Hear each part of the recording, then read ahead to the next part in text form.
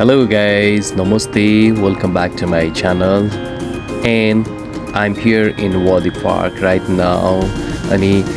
हिजोबाट चाहिँ यो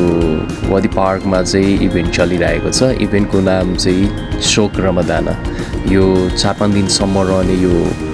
इभेन्टमा चाहिँ म आज आएको छु यसरी तपाईहरुले यहाँको देख्न सक्नुहुन्छ अनि यहाँ चाहिँ तपाईहरुले यो यति धेरै रमाइलो दृश्यहरु यसरी मैले तपाईहरुलाई देखाइरहेको छु नेपालीहरुसँग भेट भएको छ यो वादी पार्कमा अनि वादी पार्कमा उहाँहरु काम गर्नु हुँदो रहेछ अनि उहाँहरुलाई यसरी भिडियो बनाउने क्रममा मैले उहाँहरुलाई भेटे अनि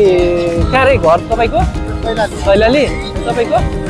कैलाली नै हो दुई जना कैलाली हो कति भयो 2 साल भयो है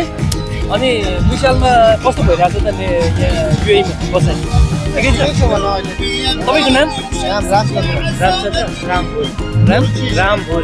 रामचन्द्र अनि रामपुर आयो ए सेम रामै रहेछ है अनि खुसी लाग्यो अनि यो पार्कमा चाहिँ आज नेपालीहरुसँग अब यति धेरै यो